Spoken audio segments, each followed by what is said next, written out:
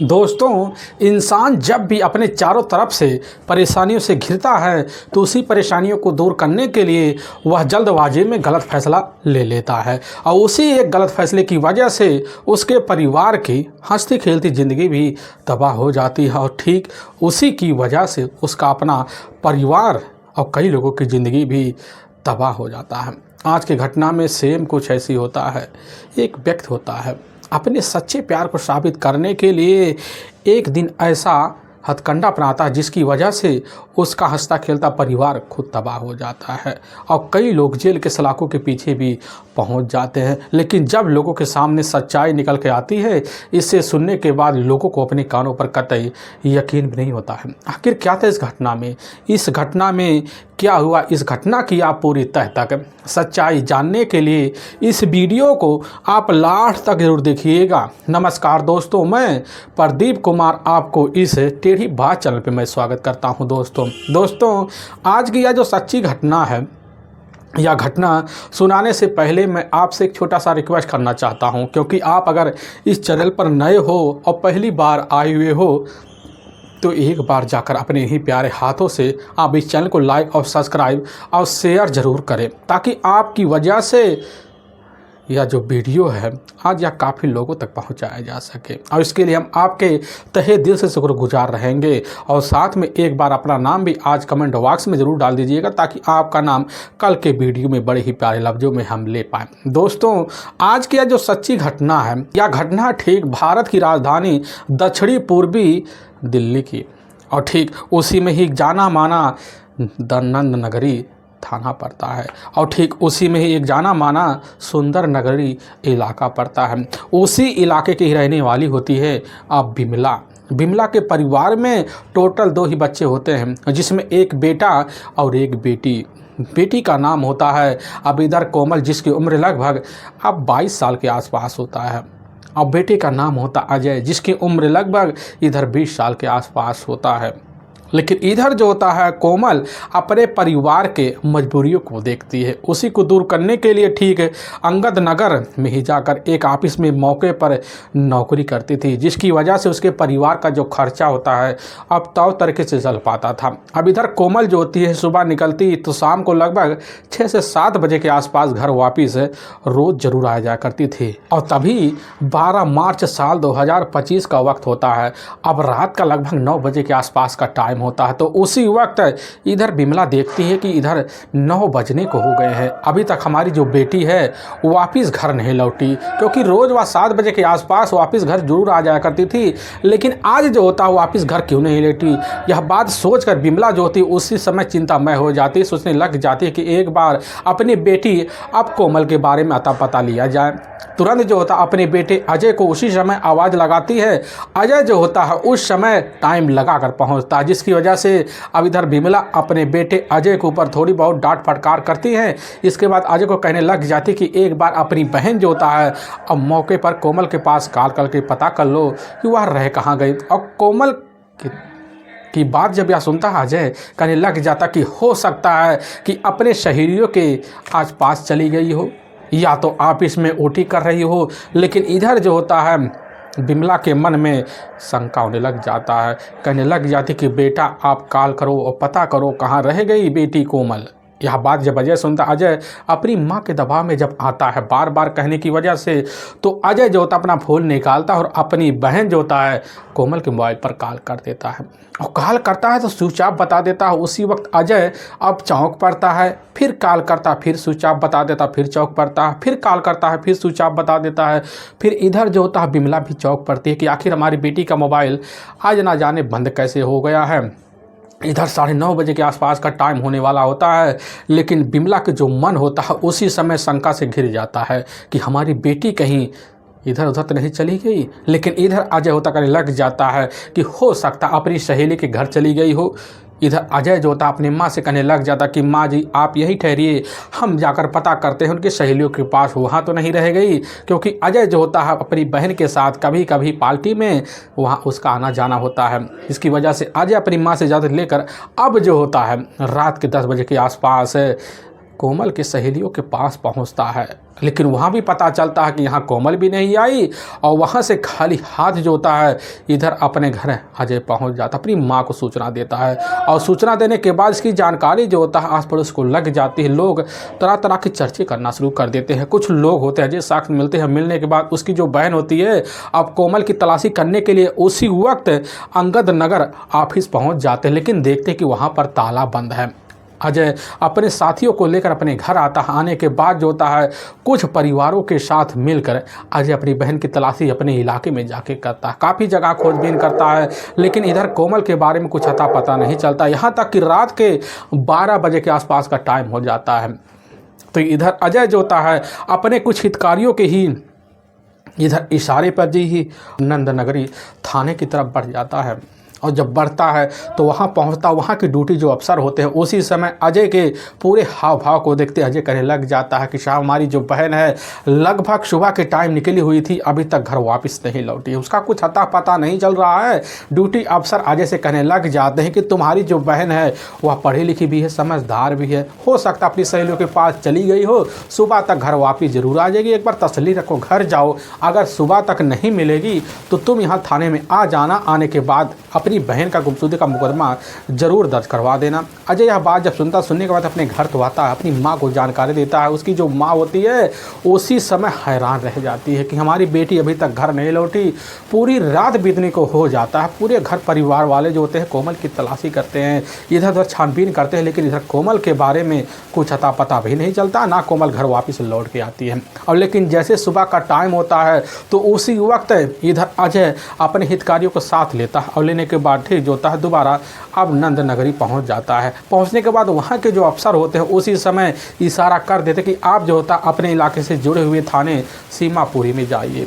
अब अजय जो होता है अपने दोस्तों को साथ लेता और ठीक सीमापुरी में जाता और जहाँ के जो इंस्पेक्टर होते हैं अब इधर जो आता है अजय के मुख से सारी बात सुन लेते हैं। सुनने के बाद जो होता है अजय की बहन की जो होता है मुकदमा उसी वक्त FIR नंबर 126/25 पर लिख ले लेती है। और लेने के बाद पुलिस की जो टीम होती है उसी वक्त समझा बुझाकर अजय को घर वापस भेज देती है और अजय अपनी बहन की तलाशी करने के लिए तो लग पड़ जाता। दूसरी तरफ जो होता है सीमापुरी के थाने की जो टीम होती है अपने हिसाब से खोजबीन करने में कोई कसर भी नहीं छोड़ती है। लगभग 2 दिन का जब वक्त बीतता है और ठीक जैसे ही 17 मार्च साल 2025 का वक्त होता है उसी वक्त सुबह के 8:30 बजे के आसपास का टाइम होता है। तो ठीक जो होता है अब दिल्ली की ही तो द्वारका जिला पड़ता है, ठीक उसी में ही अब छावला पड़ता है। और छावले थाने को एक सूचना मिलती है कि ठीक जो होता है नजफगढ़ का ही अब जो नाला है बड़ुआ सराय जो गाँव पड़ता है उसी गाँव के पास जो होता है जो नाला, उसी नाले में एक युवती की डेड बॉडी पूरी तरह से फूल ही अवस्था में अब तैर रही है। अब इस तरह की जानकारी छावला टीम को जब लगता है तो अपने दल बल टीम को लेते हैं और लेने के बाद ठीक जो होता है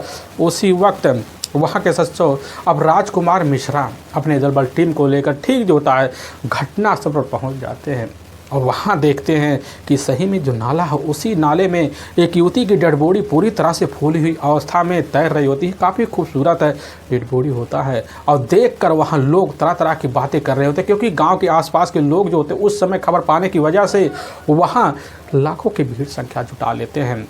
SHO साहब राजकुमार मिश्रा जो होते हैं अपने दल बल टीम को लेते हैं और उसी झाड़ी के पास जाते हैं और जाने के बाद जो होता अपने एक सिपाही कर्मी को इजाज़त थे। सिपाही कर्मी जो होता है मौके पर तरागिरी में तौर तरीके से निपुण भी होता है और उतरने के बाद जो होता पास पहुंचता युवती की डेड बॉडी को जब खींचना शुरू कर देता है तो डेड बॉडी जो होता है आगे नहीं बढ़ता। उसी समय सिपाही कर्मी हैरान रह जाता है और तभी उसका जो हाथ होता नीचे पहुंचता तो पता चलता है कि वह जो युवती का डेड बॉडी होता है वह किसी पत्थर से बंधा हुआ होता है। और उसी समय एक कैंची लेता है, लेने के बाद काटता है तो डेड बॉडी शन से दूसरी तरफ आ जाता है, फिर बाहर निकाला जाता है। वहाँ पर जो साहब राजकुमार मिश्रा जो होते हैं डेड बॉडी का जब तौर तरीके से करना शुरू कर देते पता चलता है कि उस युवती की जो उम्र होती है लगभग यही 22 से 25 साल के आसपास होता है। राजकुमार मिश्रा जो होते हैं अपने हिसाब से तौर तरीके से डेड बॉडी का निरीक्षण करते हैं तो पता चलता है डेड बॉडी पर कोई भी खरोच मरोच और चोट पोट का निशान भी नहीं होता है। सिर्फ कपड़े जो होते हैं अर्ध हिस्से में ढके हुए होते हैं। पुलिस को टीम को यकीन हो जाता कि बस करो इस युवती की जो मौत है यह मौत पीट पिटाई से नहीं हुई बल्कि गला दबाकर बेरहम तरीके से की गई है और बॉडी लाकर कहीं दूर से यहाँ ठिकाने लगाया गया है। और बॉडी को रफा दफा करने के लिए हत्यारा जो था तौर तरीके से अपना दिमाग तो लगाया होगा कि पत्थर से बॉडी डम हो जाएगा, लेकिन इधर फूल की वजह से बॉडी ऊपर आ गई। और पुलिस की जो टीम होती है उसी वक्त घटना का जब निरीक्षण करती है तो वहाँ पर कोई सबूत नहीं मिलता है, और तब तक फोरेंसिक टीम भी पहुँच जाती है। पहुँचने के बाद अपने हिसाब से वहाँ घटनास्थल पर कुछ साक्ष्य भी इकट्ठा करने की कोशिश करती है, लेकिन वहाँ पर खड़े जो व्यक्ति होते हैं, भीड़ों की जो संख्या होती है, एचएसओ साहब वहाँ के लोगों से शिनाख्त करवाने की कोशिश भी करते हैं, लेकिन कोई भी व्यक्ति जो होता है उस अज्ञात युवती की डेड बॉडी का शिनाख्त नहीं कर पाता है। इसीलिए पुलिस जो टीम होती है तौर तरीके से बॉडी का वही पंचनामा भरती है, और भरने के बाद ठीक जो होता है अब इधर राव तुलाराम जो अस्पताल पड़ता है उसी के ही अस्पताल में मोर्चरी में बॉडी को रखवा देती है। और पुलिस की जो टीम होती है इस केस की जांच पड़ताल करने के लिए उस अज्ञात बॉडी का फ़ोटो शूट करवाने के बाद और फोटो को अपने जितने भी नज़दीकी पुलिस थाने होते हैं सब में सर्कुलेट करवा देती है, ताकि जल्द से जल्द इस अज्ञात डेड बॉडी के बारे में हमें पता चल सके, ताकि हत्यारे तक बड़ी जल्दी हमारे हाथ भी पहुँचे। और पुलिस की टीम अपने हिसाब से लग पड़ जाती है। और इधर छावला की पुलिस की जो टीम होती है अखबारों में और साथ में फ़ोटो को दीवारों पर भी चस्पा करवा देती है। अब इधर 2 दिन का जब वक्त बीतता है, बीतने के बाद जो होता है छावला पुलिस टीम को भी पता चलता है कि सीमापुरी थाने में जो होता है एक कोमल नाम युवती का अपहरण का मुकदमा दर्ज है, और वह अजय नाम के व्यक्ति ने आकर थाने में दर्ज करवाया है। उसी वक्त छावला के एसएसओ साहब राजकुमार मिश्रा जो होते हैं अपना मोबाइल निकालने के बाद जो होता है सीधा का सीधा अजय के मोबाइल पर कांटेक्ट करते हैं, कहने लग जाते हैं क्या तुम अपनी बहन कोमल का इधर अपहरण का मुकदमा सीमापुरी थाने में दर्ज करवाए हो। और दूसरी तरफ आवाज़ जो होता है जैसे यह बात है अब राजकुमार की जाकर अजय सुनता कहने लग जाता कि हाँ साहब हमारी बहन क्या मिल गई, हमें बड़ी जल्दी है अपनी बहन से मुलाकात करने में। लेकिन इधर जैसे ही राजकुमार मिश्रा यह बात कहने लग जाते हैं कि हमें एक डेड बॉडी जो होता नजफ करके नाले के पास मिला हुआ है, आपको जो होता है इसी वक्त अपने परिवार सहित अब राव तुलाराम अस्पताल आना पड़ेगा। यह बात दूसरी तरफ अजय जैसे सुनता, सुनने के बाद उसके जो मुंह होते हैं अब खुल जाते हैं, उसके मन में काफ़ी सारे विचार आना शुरू हो जाते हैं। उसी वक्त की जो सूचना होता है अपनी माँ और अपनी दादी को देता है, और देने के बाद उसकी जो माँ होती है बिमला उसी वक्त अपनी सासू माँ और अपने परिवार के सदस्यों को साथ लेती है, और लेने के बाद ठीक जो होता है 1 घंटे के अंदर राव तुलाराम अस्पताल की मोर्चरी में पहुँचती है। वहाँ मौके पर इधर छावला की पुलिस टीम भी होती है। छावला की पुलिस टीम इशारा मारती है और बॉडी को जैसे ही बाहर निकाला जाता है तो अज्ञात डेड बॉडी को इधर अजय देखता है, उसी वक्त दहाड़े मार कर चीखना चिल्लाना भी शुरू कर देता, कहने लग जाता कि साहब यह हमारी अपनी पूरा प्यारी बहन अब कोमल है। पुलिस की जो टीम होती है अपने हिसाब से वहाँ खड़े लोगों से पूछताछ करती है। पूछताछ करने के बाद सारी बात की जानकारी अजय को घटनास्थल के बारे में दे दिया जाता है। अब अजय से इधर जो होता है अब यही पूछा जाता कि आखिर तुम्हारी बहन जो होती है कोमल क्या किसी के साथ पुरानी दुश्मनी थी या किसी के साथ उसका कोई लेना देना था। अब इस तरह की बात जब अजय सुनता उसी समय कहने लग जाता कि साहब हमारे ही गली का ही रहने वाला होता मोहम्मद आसिफ होता है, साहब हमारी बहन को आए दिन तंग किया करता था, यहाँ तक कि हमारी बहन के ऊपर एक दिन हमारे ही सामने हाथ हटा चुका है। अब इस बात की जानकारी जैसे ही अब एसएसओ राजकुमार मिश्रा पाते हैं उसी वक्त कहने लग जाते कि ठीक है इस बारे में तो कार्रवाई तौर तरीके से करेंगे। अजय को समझा बुझाकर वहाँ से तो घर वापस भेज दिया जाता है, और पुलिस का मकसद जो होता सबसे बड़ा इधर मोहम्मद आसिफ को पकड़ने का हो जाता है। इससे पहले पुलिस की जो टीम होती है इधर आसिफ के मोबाइल नंबर को जो होता अजय के द्वारा ले लेती है, और लेने के बाद उसके मोबाइल नंबर का पूरा CDR डिटेल भी निकाल लेती है। तो पता चलता 12 मार्च के शाम को लगभग 6 से 7 बजे के बीच जो होता है कोमल के मोबाइल नंबर पर मोहम्मद आसिफ के द्वारा कई बार कॉल किए गए होते हैं, और पुलिस का जो शंका होता है अब यकीन में बदल जाता है। और उसी वक्त छावला की जो टीम होती है अपने दल बल टीम को लेती है, और लेने के बाद ठीक जो होता है सबसे पहले सीमापुरी थाने में जाती है, वहाँ जानकारी लेती है। सीमापुरी थाने की टीम जो होती है छावला टीम के साथ शामिल हो जाती है, और होने के बाद ठीक जो होता है सुंदर नगरी में अब पहुंच जाती है। और पहुंचने के बाद जैसे ही मोहम्मद आसिफ के घर जाती तो तरीके से वहां धावा बोल को उसको अपने कस्टडी में लेती है, और लेने के बाद ठीक लेकर अपने ही थाने अब जो होता है छावला पहुंच जाती है।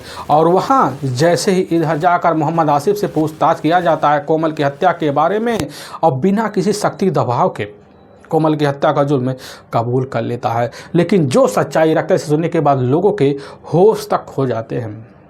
मोहम्मद आसिफ और इधर कोमल जो होती है मौके पर अपने ही एक इलाके की रहने वाली होती है। दोनों का जो बचपना होता है एक ही गलियारे में बीतता है। समय के हिसाब से दोनों एक ही साथ उठे बैठे भी होते हैं, जिसकी वजह से इधर बड़ी जल्दी दोस्ती का तो हाथ बढ़ता है, लेकिन बढ़ने के हिसाब से होता है। कोमल अपने परिवार की जिम्मेदारी को भी समझती है और समझने की वजह से अपने परिवार की सेवा पानी में लग जाती है।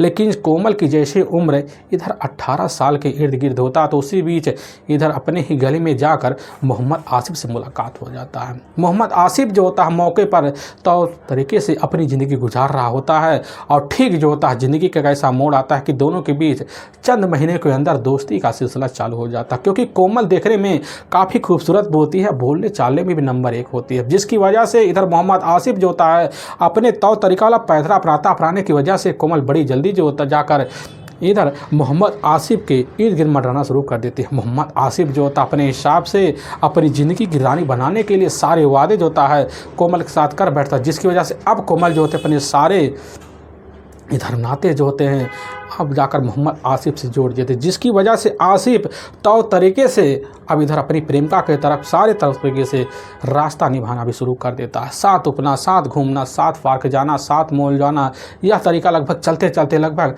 4 साल का वक्त बीत जाता है। क्योंकि इसी बीच जो होता मोहम्मद आसिफ एक कैब ड्राइवरी भी होता है, और कैब ड्राइवरी की वजह से उसके पास ठीक ठाक आमदनी आता है, जिसकी वजह से सारे खर्च जो होता है इधर कोमल का तौर तरीके से उठा भी लेता। और कोमल जो होता है शौकी, जिसकी वजह से कोमल हर वक्त आसिफ से जब मुलाकात करती तो खर्चे की बात करती, आसिफ तौर तरीके से दिल खोल कर खर्चे भी करना शुरू कर देता।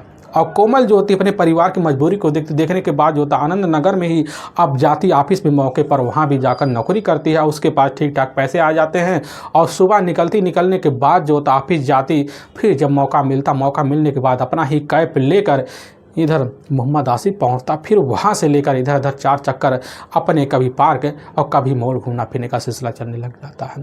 लेकिन चलते चलते 3 साल का जब वक्त बीतता तो इसी बीच कोमल जो होती है मौके पर अपना जो निगाह होती है वह निगाह इधर जाकर मोहम्मद आसिफ के ऊपर से हटाना शुरू कर देती है। लेकिन मोहम्मद आसिफ के मन में शंका होना शुरू हो जाता है कि कोमल का किसी और युवक के साथ आए दिन मुस्कुराहट भरी बातें हो रही हैं। अब इन सब शंकाओं के इनमें लाने के लिए अब जो होता है कोमल के इर्द गिर्द मोहम्मद आसिफ मंडराना भी शुरू कर देता है, और जब शुरू कर देता है उसके निगाह में पूरी तरह से कोमल चढ़ भी जाती, तो पता चलता मोहम्मद आसिफ को कि कोमल का जो होता है किसी युवक के साथ प्रेम प्रसंग है। अब इस तरह का मन में शंका लेने के बाद अब जो होता अपने मन में इधर खुद मोहम्मद आसिफ हिचोड़ मार के बैठ जाता। बैठने की वजह से आए दिन खुन्नस खाना भी शुरू कर देता है, और वह जब भी बात करने की कोशिश कोमल जो होती उसी वक्त कह देती कि हम किसी की जागीर नहीं है, हमारी अपनी ज़िंदगी को ऐसे आराम से देंगे। और इस बात को सुनने के बाद मोहम्मद आसिफ जो होता उसी समय अपने आप को काफ़ी ठगा महसूस कर लेता है। सोचने लग जाता कि हमने जिसके लिए पूरी ज़िंदगी दांव पे लगाई, अपने परिवार को दरकिनार किया, वह हमारी ज़िंदगी को इस तरह दरकिनार करने पे कैसे तुली हुई, जिसकी वजह से अब जो होता है दोनों के बीच मनमुटाव होना शुरू हो जाता है। और तभी घटना से मात्र जो होता है 1 हफ्ते पहले इधर मोहम्मद आसिफ का ही करीबी दोस्त होता है मोहम्मद जुबैर उर्फ जावेद, जो उसी के दूसरी गली का ही रहने वाला होता है। दोनों का साथ उनका बैठका होता है, और वही जैसे शाम का टाइम होता, शाम के टाइम में इधर अब जुबैर जो होता है मोहम्मद आसिफ के पास फ़ोन करता है, कहने लग जाता कि दोस्त आज हम आपके साथ जो होता है पालिका बाज़ार जाएंगे, वहाँ पर हमें काफ़ी सारे कपड़े भी लेना है। अब इस तरह की बात जब सुनता, दूसरी तरफ मोहम्मद आसिफ कहने लग जाता कि ना, आज हमारा दिमाग नहीं काम कर रहा, हम नहीं साथ जाएंगे। लेकिन जुबैर जब यह बात सुनता उसी समय कहने लग जाता है कि ठीक है आप घर पे रहो, हम आते हैं। लेकिन जब घर पहुंचने के बाद आसिफ तो मिलता है और जुबैर उससे बात करता, उसके परेशानी का कारण पूछता। परेशानी का जो कारण होता है अपने मन मुताबिक अपने हिसाब से जुबैर के सामने मोहम्मद आसिफ रख देता है। जुबैर की जब बात जो होता है इधर जाकर सुनने के बाद जो होता है मोहम्मद आसिफ को लगने लग जाता कि अब हमारी परेशानी जो होता है हमारा अपना करीबी दोस्त है, अब इधर जुबैर ही दूर करेगा। क्योंकि जुबैर के सामने मोहम्मद आसिफ जो होता है अपनी प्रेमिका के सारे किए हुए कारनामे का पोल खोल के रख देता है, और जुबैर वही कहने लग जाता है कि आखिर जो प्रेमिका प्रेमी के सामने इस तरह व्यवहार करें तो समझ लो प्रेमी को कौन सा रास्ता अपनाना चाहिए। उसके लिए अगर आप रास्ता अपनाओ तो तौर तरीके से अपनाओ, जुबैर की यह बात सुनकर मोहम्मद आसिफ समझ जाता और जुबैर जो था अपनी बातों में इस तरह मोहम्मद आसिफ को बहकाता। मोहम्मद आसिफ जो था उसी वक्त जुबैर के साथ मिलकर अब हमेशा हमेशा के लिए अपने ही रास्ते से हटाने के लिए अब इधर कोमल का फैसला ले बैठता है और दोनों मिलकर जो था तौर तरीके से वहाँ प्लान बनाते हैं। प्लान बनाने के बाद जो होता है दोनों एक साथ पालका बाजार जाते हैं, शॉपिंग करते हैं। शॉपिंग करने के बाद जब घर आते हैं अब उसी दिन से दोनों मिलकर खतरनाक षड्यंत्र बनाना शुरू कर देते हैं। और जैसे ही अब 12 मार्च साल 2025 का ही अब बुधवार का दिन होता है, शाम का वही 5 बजे के आसपास का टाइम होता है। तो उसी वक्त जो होता है मोहम्मद आसिफ अब अपना कैब लेता है। लेने के बाद ठीक जो होता है अब निर्माण बिहार के पास जाकर खड़ा हो जाता है। वहीं अपना कार एक पार्क में साइड कर लेता है। फिर उसी कार में बैठता है और बैठने के बाद अपना फ़ोन निकाल लेता है और फिर कोमल को कॉल करता है। और एक बार कॉल करता है तो कोमल जो होती है अब फ़ोन को अटेंड नहीं करती। दोबारा कॉल करता है, दोबारा भी अटेंड नहीं करती। लेकिन दूसरी तरफ कोमल जो होती है बार बार फ़ोन को देखकर उसी समय हड़बड़ा जाती है, कहते हुए फ़ोन को रिसीव करती है और 3-4 बार तुरंत को कह देती है क्या ज़रूरी हमारे पास कॉल करने का। अब इधर जो होता है मोहम्मद आसिफ वहीं एक साधारण लफ्ज़ों में कह बैठता है कि हम तुम्हें जो होता है अपने साथ आज बाज़ार ले चलेंगे और नई बाज़ार ले चलेंगे और वहाँ जो होता तुम्हें मनपसंद आइसक्रीम खिलाएंगे। यह बात कोमल सुनते उसी वक्त कहने लग जाती कि ना हमारी तबीयत काफ़ी ज़्यादा ख़राब है, हम तुम्हारे साथ जो होता है आज कहीं जाने वाले नहीं हैं। मोहम्मद आसिफ समझ जाता कोमल तैयार होने वाली नहीं है। मोहम्मद आसिफ वहीं कह देता है कोमल हम तुम्हें ना मॉल ले चलेंगे और तुम्हारे मनपसंद कपड़े जो होते खरीदेंगे। आज तुम जितनी शॉपिंग कर सकते हो अब कर लो। कोमल यह बात सुनते कहने लग जाती कि पहले तो तुम्हारे पास पैसे ख़त्म हो गए थे, तुम्हारे जेब में पैसे भी नहीं होते थे, हमसे पैसे खुद मांगते थे, आज तुम्हारे पास पैसे कहाँ से आ गए। मोहम्मद आसिफ कह देता कि हम 5,000 रुपये लेकर इस समय जेब में रखे हुए हैं और तुम्हें हमारे साथ चलना पड़ेगा। और जैसे यह बात सुनती कोमल उसी वक्त कह देती कि ठीक है इस समय तुम कहाँ पर हो। और इधर कह देता है हम मेट्रो स्टेशन के निर्माण बिहार के नीचे गेट नंबर 2 पर खड़े हुए वहीं पर पहुँचो। और जो होती वहाँ से ऑटो बुक करती है। बुक करने के बाद तुरंत जो होता है अब निर्माण बिहार के लिए अब निकल जाती है। और जैसे ही कुछ मिनट का वक्त बीतता है लगभग 50 मिनट का, तो उसी वक्त कोमल जो होती ऑटो लेकर अब निर्माण बिहार के पिलर नंबर 2 के मेट्रो नीचे पहुंच जाती है और वहीं अपना कैब लेकर मोहम्मद आसिफ खड़ा होता है। अब उसी कैब में जाकर कोमल बैठ जाती है और कोमल को बैठने के बाद जो होता है अपनी चेहरे की जो मुस्कुराहट होती है तौर तरीके वाला मोहम्मद आसिफ कर देता है और कैब का जो हैंडल होता है बड़ी तेज़ ऐंठना शुरू कर देता है और कैब चलाना शुरू कर देता है और ठीक है नई दिल्ली तरफ मोड़ लेता है। और जब मोड़ लेता है तो चलाना बड़ी तेज़ से शुरू कर देता है। तो इस तरह कोमल के मन में शंका करने लग जाती कहाँ ले चल रहे हो, बड़ी तेज़ चला रहे हो।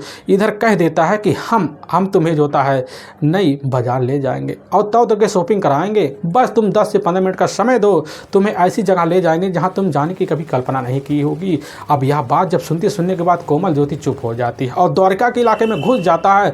और घुसने के बाद वहां देखता है कि अब सुनसान का माहौल है।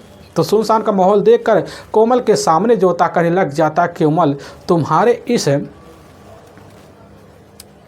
चेहरे की जो मुस्कुराहट है यह मुस्कुराहट हमारे सामने अच्छी नहीं लग रही है, इस मुस्कुराहट के अंदर बहुत सारे राज छुपे हुए हैं। और कोमल जब यह बात सुनती है उसी समय तुनक कर कह देती है कि आखिर रास्ते में तो पूरी तरह से मुस्कुराहट है तो छिपे कहाँ से हुए हैं।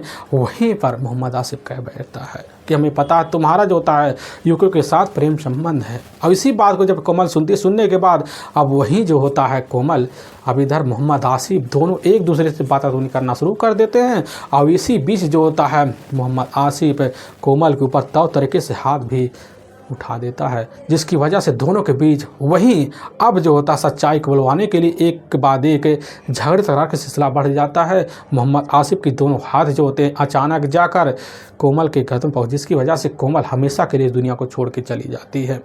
और तभी इस घटनाक्रम को एक ऐसा राज दर्शाने के लिए मोहम्मद आसिफ अपने दोस्त जुबैर को फ़ोन करता है। जुबैर जो होता है उसी वक्त चंद घंटे के अंदर ऑटो लेकर पहुंचता है और पहुंचने के बाद जो होता कैब में जाता है और उसी वक्त मोहम्मद आसिफ और जुबैर दोनों मिलकर इधर कोमल के एक लालून रस्सी से हाथ और पैर को अपने हिसाब से कब्जे में ला लेते हैं और बॉडी को डिक्की में डालते हैं। और डालने के बाद अब सीधा का सीधा नजफगढ़ के पास जो नाला पड़ता है वहीं ले जाते हैं और पास पत्थर रखे होते हैं, उसी पत्थर में कोमल के बॉडी को बांध कर ले जाकर पास डंप कर देते। फिर वहाँ से अब जुबैर जो होता है मोहम्मद आसिफ को यही कह बैठता है कि अपनी ज़िंदगी जो होता है तौर तरीके से गुजारो और जितने भी कैब के लिए तुम्हें जो होता है परमिशन मिल रहे हैं तो तरीके से निभाओ ताकि किसी को शंका ना हो। यह बात सुनकर मोहम्मद इधर जुबैर और मोहम्मद आसिफ दोनों तौर तरीके से निकल जाते हैं। लेकिन वाकई में दोस्तों पुलिस के सामने जब यह सच्चाई जाकर थाने में खुद मोहम्मद आसिफ के द्वारा पुलिस की जो टीम होती है अब जुबैर को जाती है अपनी कस्टडी में लेती है, दोनों को ले जाती है, वहाँ के कोर्ट में पेश कर देती है और कोर्ट में दोनों के ऊपर काफ़ी गंभीर धारा मुकदमा दर्ज करके ले जाकर हमेशा हमेशा के लिए जेल की सलाखों के पीछे डाल देती है। दोस्तों हमें इस घटना का सुनाने का जो उद्देश्य है किसी के दिल को ठेस पहुंचाना नहीं है, बल्कि आपको यह बताना कि आप जहां भी रहें आप सावधान और सतर्क जरूर रहें। दोस्तों कुछ हमारे ऐसे व्यूअर हैं जो हमारे वीडियो को लगातार वॉच करते हैं, जिसमें बड़े ही प्यारे व्यूअर हैं दीपक कुमार वर्मा जी उत्तर प्रदेश आजमगढ़ के, और राजू सिंह उत्तराखंड नैनीताल के, और विनोद कुमार कबाली जो मध्य प्रदेश उज्जैन के ही, और इधर चंदन ठाकुर जी उत्तर प्रदेश अम्बेडकर नगर के, और दूसरी तरफ है दीप्सी वर्मा जो उत्तर प्रदेश कानपुर ही शहर के रहने वाले। इन सभी व्यूअर का हम तहे दिल से शुक्रगुजार रहेंगे और फिर मिलेंगे एक नए वीडियो के साथ। तब तक के लिए जय हिंद और जय भारत।